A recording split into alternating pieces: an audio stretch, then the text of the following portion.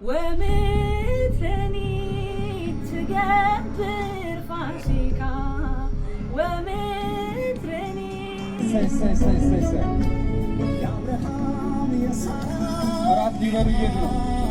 እቆም ማቲ ኦርቶዶክስ ነው አይደለ? ለምን በዚህ ጾም ሰዓት ለምን እነሱ እንኳን አልተቀበሉ? ያልተጠበቀ ሰበር መረጃ በአሁኑ ሰዓት ለኦርቶዶክሲያን ተሰምቷል። ዛሬ በጣም አስደሳች ዜና ነው የሰማነው። በተለይ ለኢትዮጵያ ኦርቶዶክስ ተዋሕዶ ቤተክርስቲያን ተከታዮች ጌታዬ ሆነ ደም ግባት አልባ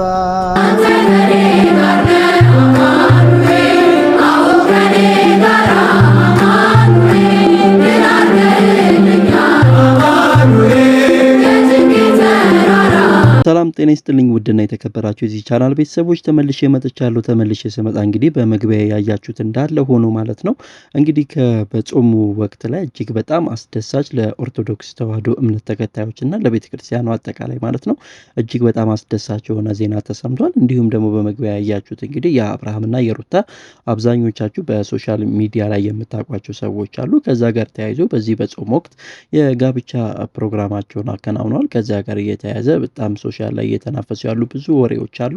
የዘርፌም የዘማሪ ዘርፌም ጉዳይ አለ። ብቻ ምን አለፋችሁ በጣም ብዙ መረጃዎችን ይዤላችሁ መጥቻለሁ። ለዚህ ቻናል አዲስ ከሆናችሁ ሰብስክራይብ እና ላይክ ማድረጋችሁን በፍጹም እንዳትረሱ ማለት ነው። አሁን ቀጥታ ወደ ቪዲዮ። ዛሬ በጣም አስደሳች ዜና ነው የሰማነው። በተለይ ለኢትዮጵያ ኦርቶዶክስ ተዋሕዶ ቤተክርስቲያን እምነት ተከታዮች ትልቅ ዜናና ብስራት ነው። ለምንድን ነው እንደዛ የሚለው? እንግዲህ የኢትዮጵያ ኦርቶዶክስ ተዋሕዶ ቤተክርስቲያን ንዋያተ ቅድሳት ተብሎ የሚታወቁት እንደ ጸናጽል፣ ከበሮና መቋሚያ ያሉት ንዋያተ ቅድሳቶቿ ከሌሎች 10 መጽሐፍት ጋር የአእምሮ ንብረት ናቸው፣ ጥበቃ ሊያገኙ ይገባል፣ የእሷ ንብረቶች ናቸው ተብለው በኢትዮጵያ አእምሯዊ ንብረት ባለስልጣን ዘንድ ተመዝግበዋል። ይሄ ማለት ምን ማለት ነው? አንድምታው ምንድን ነው የሚለውን ከተመለከትን ደግሞ አንድ ነገር የአእምሮ ንብረት ነው ተብሎ ከተመዘገበና ጥበቃ ካለው በአዋጅ ቁጥር 410 እና ይህን ለማሻሻል በወጣው አዋጅ መሰረት ሌሎች ሰዎች እነዚህ ንብረቶች ያለ ቤተክርስቲያኗ ፈቃድ መጠቀም መገልገል አይችሉም ማለት ነው። በተለየ ሁኔታ ለሪሰርች፣ ለጥናት፣ ለሳይንስ፣ ለህዝብ ጥቅም ተብሎ ከሚደረጉ አንዳንድ ተግባራት በስተቀር በተለይ በእነዚህ ነገሮች መጠቀም፣ መገልገል፣ ማሰራጨት፣ ከነዚህ ኢኮኖሚያዊ ጥቅም ማግኘት በተለይ ቤተክርስቲያኗ በዋናነት ለኢኮኖሚ ጥቅም የተመሰረተች ካለመሆኗ ጋር መንፈሳዊ ተቋም እንደመሆኗ መጠን ኢኮኖሚያዊ ጥቅም አይገኝባቸውም ተብሎ የሚታሰብ ቢሆንም ቤተክርስቲያኗ ግን ከነዚህም የምታገኘውን ኢኮኖሚያዊ ጥቅምም ጭምር እንድታገኝ የሚያደርጋት ነው ማለት ነው። ይህንን በመተላለፍ ያለአግባብ በእነዚህ ነገሮች የተገለገለ የተጠቀመ በህጉ የተመለከቱ ተግባራትን ይሄ ማሰራጨት፣ ያለአግባብ መጠቀም የተባሉ ነገሮችን የፈጸመ ሰው ደግሞ በእስራት በወንጀል መጠየቁ እንደተጠበቀ ሆኖ በፍትሐ ብሔርም ካሳ እንዲከፍል የሞራል ካሳን ጭምር እንዲከፍል ማድረግ ይቻላል። እነዚህ ንብረቶች የኢትዮጵያ ኦርቶዶክስ ተዋሕዶ ንብረት ናቸው ተብለው እንዲመዘገቡ በማድረግ ረገድ በቤተክርስቲያኗ ስር የተደራጀው የአእምሮ ንብረት ኮሚቴ ትልቁን ድርሻ ይወስዳል። ተገቢው ምስጋና ሊደረግለት ይገባል ማለት ነው። በዚህ አጋጣሚ ሌሎች የሃይማኖት ተቋማትም እንግዲህ የራሳቸው ታሪክ፣ ባህል፣ ንብረት አላቸው። ከነሱ ጋር መንፈሳዊ በሆነ መንገድ የተቆራኙ ነገሮቻቸውን ሌሎች ሰዎች ያለ አግባብ እንዳይጠቀሙባቸው በማድረግ ረገድ እንዲመዘገቡ ማድረግ በጣም ትልቅ ጠቀሜታ እንዳለው ይህ አጋጣሚ ይነግረናል። እንደዚሁም ደግሞ የሃይማኖት ተቋማት እንደ ተቋማት የአእምሮ ንብረትን እንዲያመነጩ እንዲሰሩም ያበረታታል ማለት ነው። በዚህ አጋጣሚ የሌሎችን ሃይማኖቶች በማንቋሸሽ በማዋረድ ረገድ ባልተገባ መንገድ የሌሎች ሃይማኖቶችን ንዋያተ ቅድሳት ተብለው ወይም የተከበሩ የተወደዱ ወይም ለሃይማኖታዊ ተቋማት ስራ ወይም መንፈሳዊ ስራ ጥቅም ላይ የሚሉ ነገሮችን ያለአግባብ በመገልገል የተጠመዳችሁ ሰዎች ልትጠነቀቁ እንደሚገባ የሚያሳይ አጋጣሚ ነው ማለት ነው። ሰላም።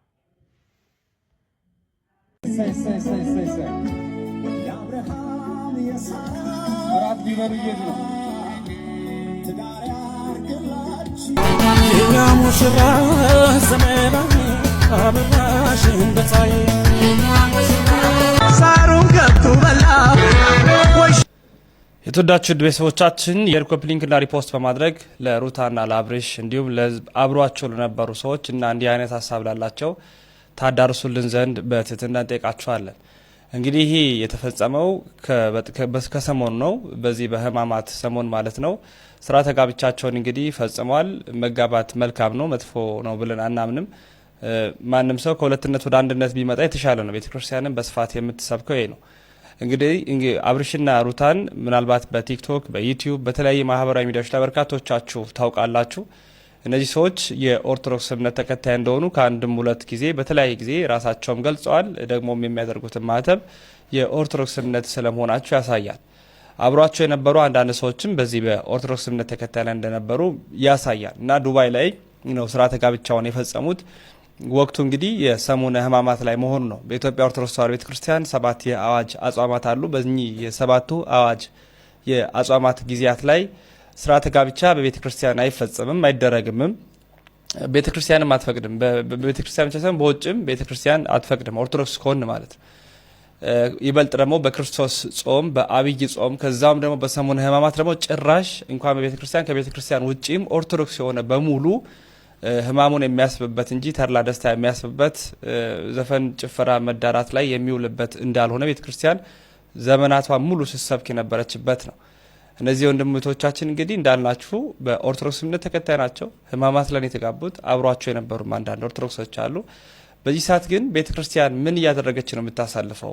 ከቅዱስ ፓትርያርኩ ጀምሮ ብፁዓን ሊቃነ ጳጳሳት እንዲህ በርካታ ምእመናን እንዴት ሲያሳልፉ እንደነበረ በጥቂት ሰከንድ ላሳያችሁ። ለአምላክ የለጋይለክ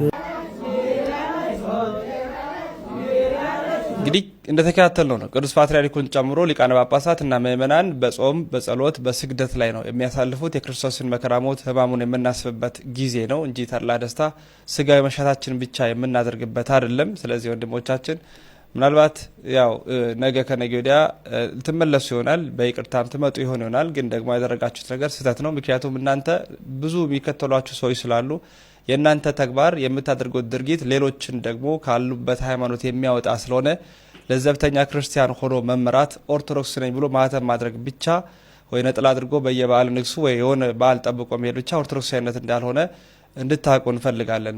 ለሁላችንም ልቦና ይስጠን። በተለይ እዚህ ሶሻል ሚዲያ ላይ እውቅናውና ገንዘቡ ሲመጣ የሃይማኖት ጉዳይ ችላ የሚባልባቸው ሁኔታዎች በብዛት ይስተዋላሉና እነዚህ ልጆች እንግዲህ በጣም ወደማይሆን መንገድ ከመሄዳቸው በፊት ደግሞ የሚቀርቡ ሰዎች ካሉ የበለጠ ምክር ለገስ ቢያደርጓቸው ጥሩ ነው። ብዙ ጊዜ የሆነ ንግስ ወይም የሆነ በዓል ሲኖር ወንድሜ እንደተናገረው የሆነ ነጠላ አድርጎ ቲክቶክ ላይ ሾው ማድረግ ሳይሆን እምነት በተግባር የሚገለጽ ነው ማለት ነው። ስለዚህ በተለይ እምነታችሁን ደግሞ እናንተ አይከን እንደመሆናችሁ ማለት በፐብሊክ እንደመሆናችሁ መጠን ለብዙዎች እናንተ የምታደርጓቸው ነገሮች ሊከተሉ ስለሚችሉ አስተማሪ መሆን መቻል አለባችሁ ብዬ የራሴን መልእክት አስተላልፋለሁ። ቀጥሎ ደግሞ ቅድም እንደነገርኳችሁ እንግዲህ የዘማሪት ዘርፌ ጉዳይ አለ ማለት ነው። የዘማሪት ዘርፌ እንግዲህ አሁን በያዝነው የአብይ ጾም ማገባደጃ ላይ እንግዲህ የኦርቶዶክስ ተዋሕዶ መዝሙር በመዘመር ብዙዎችን እያነጋገረ ያለ አንድ ቪዲዮ ሰርታለች ማለት ነው። እሱን ተመልክተን ደግሞ ወደ ዋናው ቪዲዮ ደግሞ እንመጣለን። ወምድረኒ ትገብር ፋሲካ ወምድረኒ ትገብር ፋሲካ ተሐጽባ በደመ ክርስቶስ ተሐጽባ በደመ ክርስቶስ ተሐጽባ በደመ ክርስቶስ ተሐጽባ በደመ ክርስቶስ ጌታዬ ሆነ ደምግባት አልባ ጀርባው በጅራፍ ስለኔ ደማ የኔን መገረፍ እሱ ተገርፎ ክብር አለበሰኝ እሱ ተገፎ ክብር አለበሰኝ እሱ ተገፎ።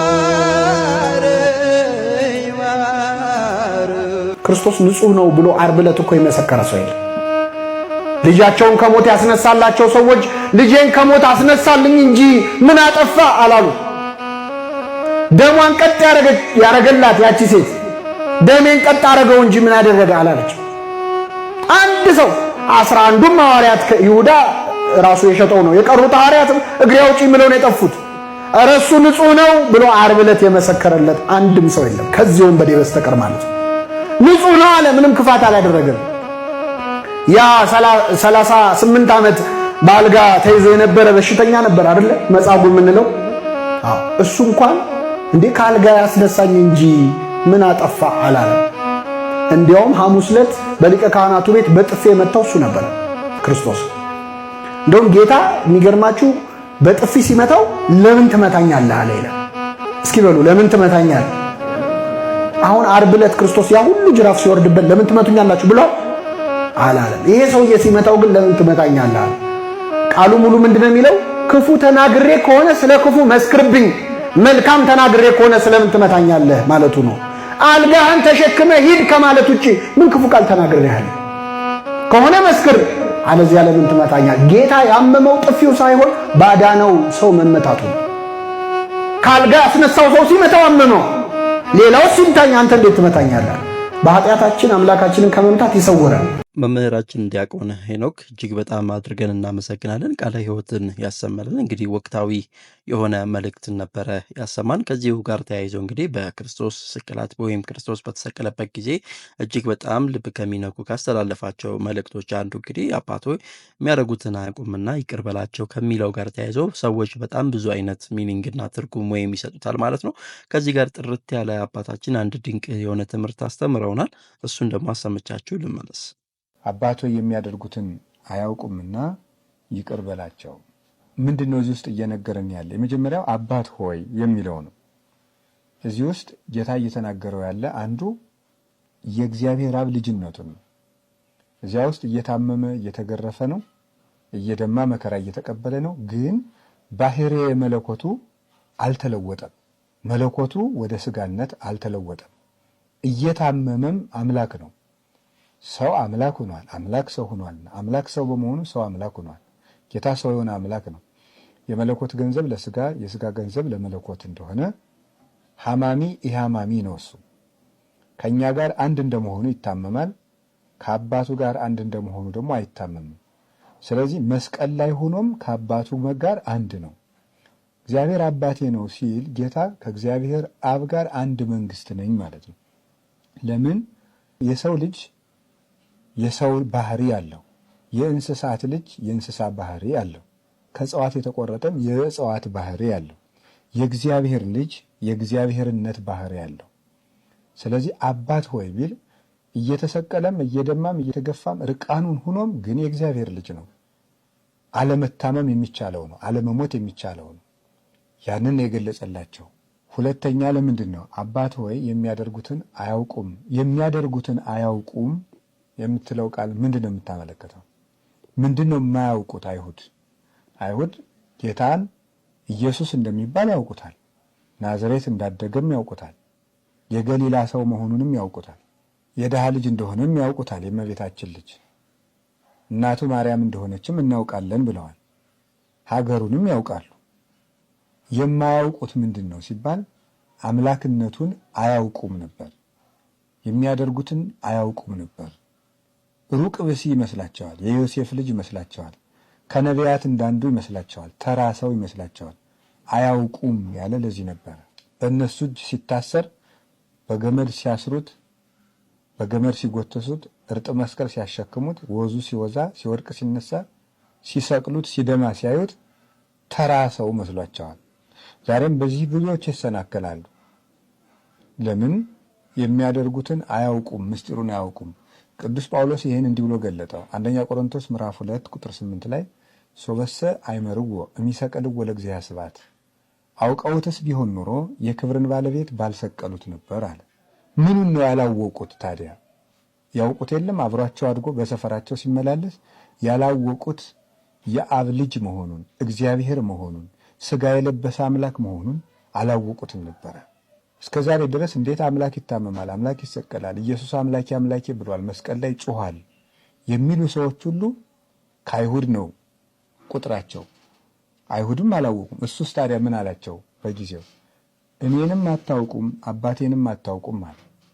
አባቱ ዮሴፍ ነው ሲሉ አልነበረም? አባቱ ዮሴፍ ከሆነ ለምንድን ነው አባቴን አታውቁም የሚላቸው? ለምንድን ነው እንዲያ የሚላቸው? የዮሴፍ ልጅ እንደሆነማ እናውቃለን ብለዋል። ማቴዎስ 13:55 ላይ ተነገሯል። ይህ የጠራቢ ዮሴፍ ልጅ አይደለም ብለዋል። ታዲያ አባቱ ዮሴፍ ከሆነ ለምንድን ነው ዮሐንስ 7 ላይ ዮሐንስ 8 ላይ እኔንም አታውቁም አባቴንም አታውቁም ወዴት እንደሚሄድም አታውቁም የሚላቸው? ለምንድን ነው ወዴት እንደሚሄድም አያውቁ? ሰው ወይ ይኖራል ከሞተም ወደ ምድር ይሄዳል፣ ነፍሱም ወደ ሰማይ ትሄዳለች። ወዴት እንደሚሄድ አታውቁም። የሚያርገው ወደ አባቱ መንበር ወደ ራሱ መንበር ነው። አባቱ ዮሴፍ ሳይሆን እግዚአብሔር አብ ነው። አባቱም ይህ ልጄ ነው ብሎ የመሰከረለት ለብቻ ይህ ነበር። ለዚያ ነበር የምወደው ልጄ ይህ ነው፣ የዮሴፍ ልጅ ነው አትበሉት።